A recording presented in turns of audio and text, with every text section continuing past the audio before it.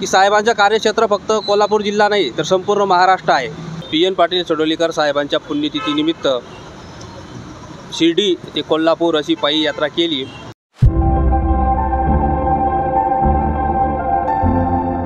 मी हेमंत साहेबराव सूर्यवंशी, मुक्काम पोस्ट कापडणे, तालुका जिल्हा धुळे।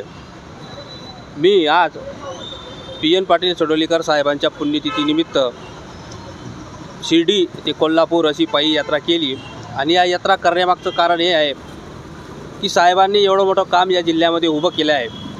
परंतु साहेब फक्त जिल्ह्यापुरतेच मर्यादित नसून संपूर्ण महाराष्ट्र हे साहेबांचं कार्यक्षेत्र होतं आणि याचा अनुभव मला 2018-19 साली आमदार निवासामध्ये मुंबईला आला।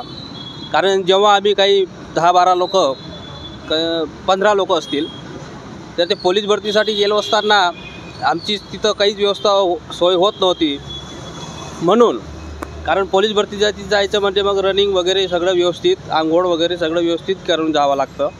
मग ही सोय होत नसताना आमदार निवासामध्ये आमच्या स्थानिक आमदारांना काही रूम भेटली नव्हती आणि काही रूम भेटल्या होत्या इकडच्या। म्हणजे मग आम्हाला समजलं की सडोलीकर साहेबांना रूम भेटलेली आहे। मग साहेबांच्या असिस्टंटची आमच्या काही कार्यकर्त्यांनी संपर्क केला असता मग साहेबच स्वतः बोलले की सगळ्या पोरांची व्यवस्था नीट व्यवस्था करा आणि साहेबांनी आमच्यावर अगदी जातीनं लक्ष दिले। साहेबांनी मंत्रिमंडळातील काम सोडून स्वतः आमची सगळी व्यवस्था झाली का नाही हे पाहायला स्वतः आमदार निवासामध्ये स्वतः साहेब आले आणि हे पाहून आम्हाला खूप भारावून वाटलं त्या दिवशी आणि त्याचा माझ्या मनावर खोल परिणाम झाला। आणि मग आमच्यापैकी 7-8 पोरं पोलीस भरतीला नोकरीला लागले। दुर्दैवाने मी काही लागलो नाही, मी म्हणजे परीक्षा मी फेल झालो त्या दिवशी।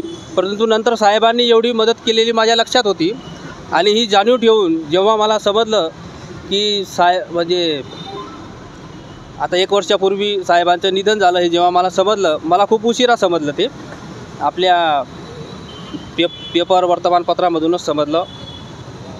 परंतु तेव्हा उशीर झाला होता। मग म्हटलं आता साहेबांच्या जयंतीला जाऊ, म्हटलं 6 जानेवारी साहेबांची जयंती असते। मग जयंतीच्या वेळी मी आजारी पडलो त्या दिवशी।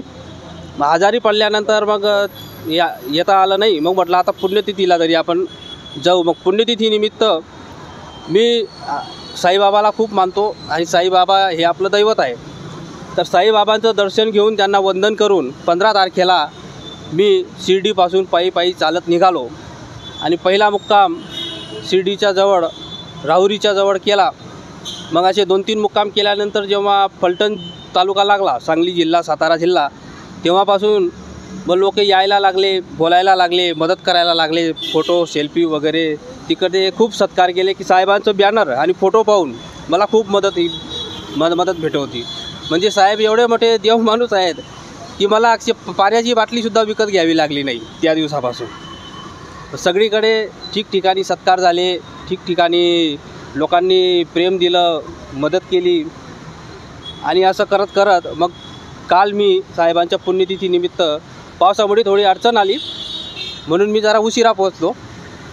म्हणून मग आज साहेबांचा फोन आला, आपले चेअरमन साहेबांचा। साहेब बी म्हणे मला खूप बरं वाटलं बुवा, तुम्ही एवढ्या दुरून आला, आम्ही सकाळी भेटायला येतो वगैरे। आमची राहण्याची व्यवस्था खूप केली आणि भैयासाहेब पण भेटले। मग रात्री भैयासाहेबांनी खूप मोठं स्वागत केलं त्यांच्या बंगल्यावर। खूप अनुभव असा आला की साहेबांचं कार्यक्षेत्र फक्त कोल्हापूर जिल्हा नाही तर संपूर्ण महाराष्ट्र आहे आणि म्हणून एवढ्या लोकांनी प्रेम दिलं की मला पाण्याची बाटलीसुद्धा येताना विकत घ्यावी वाटली नाही। आणि या पुण्यतिथीच्या निमित्ताने मी आज कोल्हापूरमध्ये आलेलो आहे। अशाच नवीन अपडेट्स आणि आपल्या भागातील बातम्यांसाठी या चॅनलला लाईक करा, शेअर करा आणि सबस्क्राईब करा।